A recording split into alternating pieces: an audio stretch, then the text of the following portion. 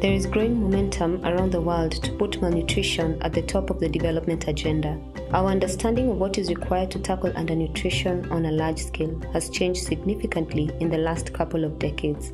There is an increased emphasis on multi-sectoral work, recognizing the important contribution the different sectors make to improving health and nutrition outcomes. Sectors such as agriculture and livestock, education, health, social protection, WASH, women's empowerment, trade, and planning are deemed to possess potential impact on nutrition outcomes. So far, there have been significant political commitments to working multi-sectorally in nutrition, but there's still a lot we don't understand about how these programs work and how they are operationalized on the ground. This video was created during the fieldwork in 2 counties of Kenya at the end of 2017. ENN conducted interviews with a wide range of stakeholders who are working on multi-sectoral programs to understand challenges and experiences at subnational level. With a population of nearly 50 million, Kenya has made some important progress on reducing undernutrition. As of 2015, it was one of the countries that was on track to meet the World Health Assembly targets for nutrition. Agriculture is the backbone of the economy and central to the government's development strategy. Kenya has undergone a dramatic governance transition in the last decade, with powers devolved to county level. Today, the 47 county governments play a key role in how nutrition is funded and integrated into county plans and programs. This video contains interviews from Homa Bay and Busia, 2 counties in western region of Kenya. Homa Bay has a population of 1.2 million people with an under 5 stunting rate of 18.7% and wasting of 2.3%. While these rates are better than the national average of 26% for stunting and 4% for wasting, Homa Bay faces some unique challenges such as a high rate of HIV and high prevalence of diarrhea. One multi-sectoral program being implemented in Kenya is the Accelerated Value Chain Development Project, or AVCD. The orange flavored sweet potato value chain under the Accelerated Value Chain Project, which is funded by USAID. We work along the value chain from production of the orange flavored sweet potato through to marketing. For the AVCD program, we really wanted to bring in the aspect of nutrition, really being integrated in all activities across the value chain. We have activities under 3 main outputs: productivity, increased market access, and improved nutritional status of women and children. The health sector have representation on the ground in the name of community health volunteers. And we see this to be a good opportunity to package our good agriculture practices, to push the messages through these village health volunteers. Not so. And moderate malnutrition. Yes, and what do we say about... While we use the AVCD as a starting point to explore intersector engagements and their implication on the nutrition outcomes, we also broadened our perspectives beyond the AVCD program and spoke to various government ministries. We asked the stakeholders we met with what working multi-sectorally in nutrition means for them and how it is working in real terms. Welcome, Lillian. How are you? Karibu sana. Yes, welcome to Homa Bay County. Multi-sector approach, this is a situation where we bring like-minded partners, like-minded sectors together so that we can have concerted efforts to ensure that malnutrition and issues surrounding nutrition like stunted is addressed. The ones which we are actively working together with our Ministry of Agriculture, we have the Department of Water, and then we also have the Department of Livestock, and not forgetting Ministry of Education, which is very key because they are the ECD children also needs critical care from us also. Our target community are the same. The health officer targets the same community that the technical officer from agriculture targets. Currently, many sectors work together in an ad hoc way rather than having structures that are complementary or aligned. This leads to some missed opportunities for planning and engagement. The key element is the need. Most of them, they would see that they have a need of which if they would engage themselves with us, they will achieve it. You go to agriculture, you hear like they want to do some projects, but they don't have water. So what are our plans within a particular year as far as that area where they want to do activities concerned? So they come and we engage, and that's how it comes around. We spoke to the Homa Bay County Nutrition Coordinator about how the sectors communicated with each other through coordination platforms. The nutrition staff have been working through coordination platforms for some time and are now adapting their practice to engage with new stakeholders. With the multi-sector platform where we meet and basically trying to make them understand what nutrition is, the impact it has on development as a whole in the county, and what role everyone has to play. And they realize that they're not just producing food, but the food they're producing has got like a developmental impact in the county. So once you bring that to the realization of the different sectors, then they realize that what they're doing is not just for them as that sector to maybe monitor their indicators, but they're also impacting on other sectors. Yeah. So in other words, you sensitize. We sensitize them through the different forums we have with them, like stakeholders forums, like even during the meetings themselves, we tell them why they are important to our sector as health and nutrition as a unit under health. Despite the design of a program like AVCD, which assumes a degree of coordination and collaboration between sectors at the implementation level, sectoral plans are still strongly siloed, with work plans and budgets being produced separately. This was cited as a challenge by field staff when it came to implementing activities through AVCD. These are sectors with different mandates, different work plans, and we've tried to really synchronize some of the work plans and activities so that we can be able to do activities together and really cascade those activities from the national level to the county level, to the sub-county, and also to the community level. Sustainable development goals, these are common. They bring us all of us together. Vision 2030 is the same. CIDP the same.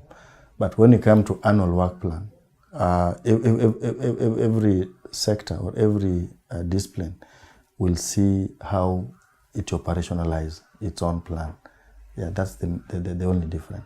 But at the CIDP level development of the document, we see where we can leverage on each other, so that when we are doing our annual work plans, we know where we are moving. So if you look at our County Nutrition Action Plan, we borrow heavily from the national level. So basically they give direction in terms of policies, because that is more or less like a policy document. So they develop policies, disseminate, and then it's our role to implement those particular policies. The other role that the national plays at the county level is giving technical inputs, especially when you're doing things like surveys or capacity assessment within the county. We wanted to look at implementation realities and listen to some of the teething problems of multi-sectoral programming on the ground. One of the issues that many stakeholders shared was that programs like AVCD were short-lived, which meant that processes or structures that were established for multi-sectoral collaboration won't endure. For sure, when you go to agriculture with concepts in nutrition, wow, it doesn't strike them. They don't get to understand really what is this project about? Why is it coming to agriculture in the first place?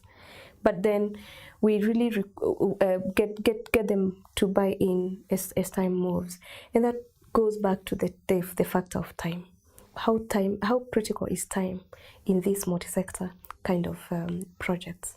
For sure, in addition to the very classical preliminary work that needs to go into startup of a project, we are now getting yet other activities, like getting these two different mindsets in the way they do things, if we can use that term, to agree, to see where they converge, yet respecting their territories. One of the things that we're looking at is, can we be able to have a joint work plan for the activities that we have within the nutrition? It's not something that is easy, that in one time you'll be able to have people sitting and the next time people are implementing. It takes a long time and takes a lot of commitment.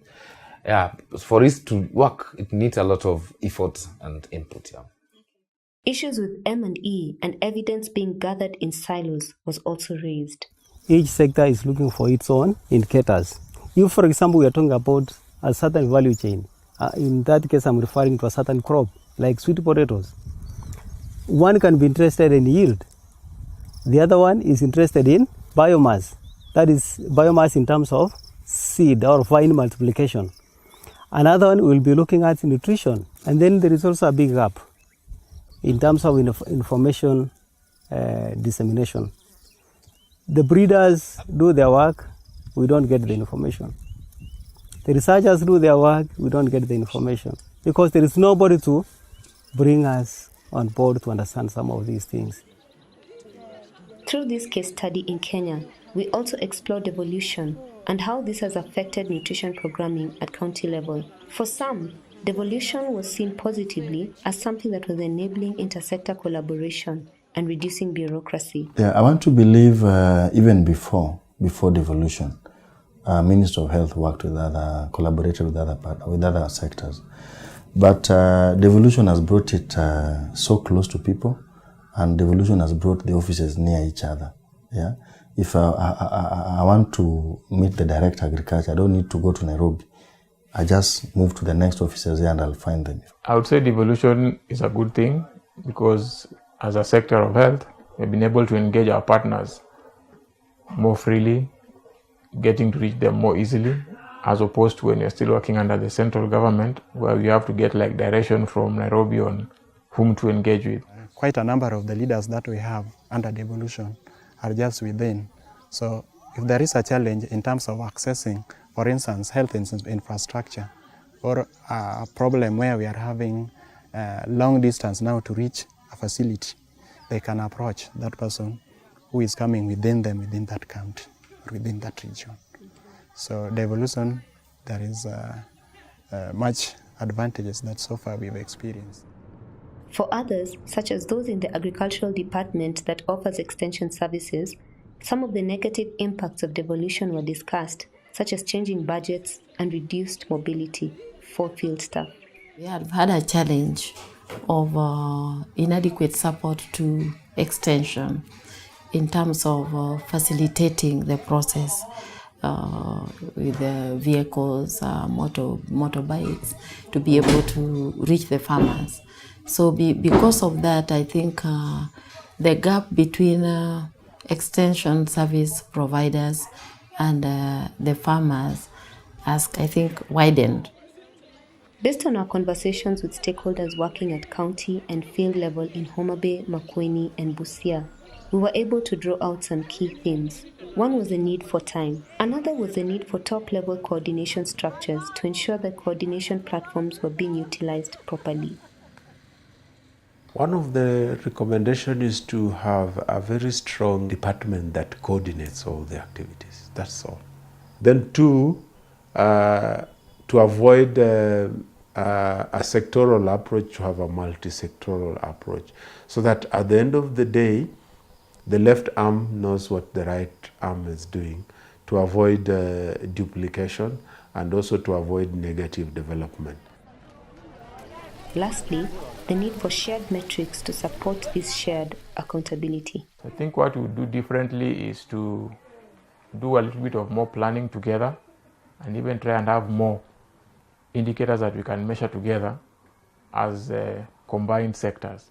If the Ministry of Agriculture and Ministry of Health at a higher level would look at what indicators that capture information on agri-nutrition, especially in the Ministry of Agriculture, and what we capture, we can come up with either additional or merged indicators, as long as the information is very clear on the indicators.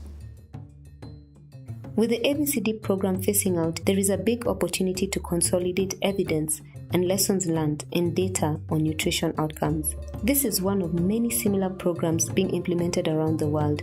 Through learning by doing, the practice, design, and operationalization of multi-sector programs can improve.